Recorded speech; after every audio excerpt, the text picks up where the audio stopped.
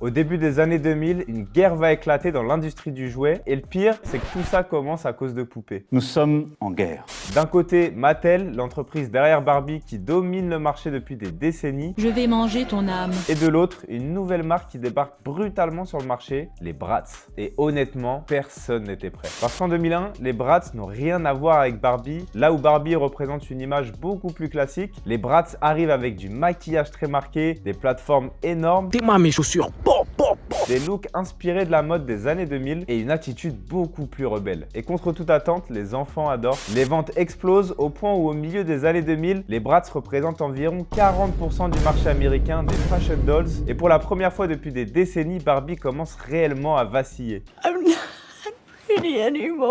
Mattel perd des centaines de millions de dollars, les ventes de Barbie chutent et certaines personnes dans l'industrie pensent même que Barbie pourrait disparaître. Mais le pire reste à venir parce qu'un détail va transformer cette rivalité en véritable guerre industrielle et pour Mattel c'est un énorme problème. Le créateur des Bratz, c'est Carter Bryant et tu sais quoi, ce mec a travaillé pendant des années chez Mattel, le concurrent. Et forcément Mattel accuse Bryant d'avoir imaginé les Bratz alors qu'il était encore chez eux. C'est honteux. Résultat de tout ça, Mattel attaque MGA Entertainment, la société des Bratz, en justice. Et là, la situation devient complètement absurde. Pendant des années, on a des procès géants, des millions de dollars en jeu, des anciens employés sont interrogés et des documents internes sont analysés. En 2008, Mattel gagne, c'est une première victoire importante au tribunal. Le juge ordonne alors l'arrêt des centaines de ventes de Bratz aux États-Unis. Et pendant un moment, beaucoup de gens pensent que la marque pourrait vraiment disparaître. Mais l'histoire, heureusement, ne s'arrête pas là. Après plusieurs années de bataille judiciaire, la décision est finalement annulée en appel. MGA conserve les droits de Bratz, les poupées reviennent et la marque devient finalement l'une des plus grosses icônes des années 2000. We are back, baby.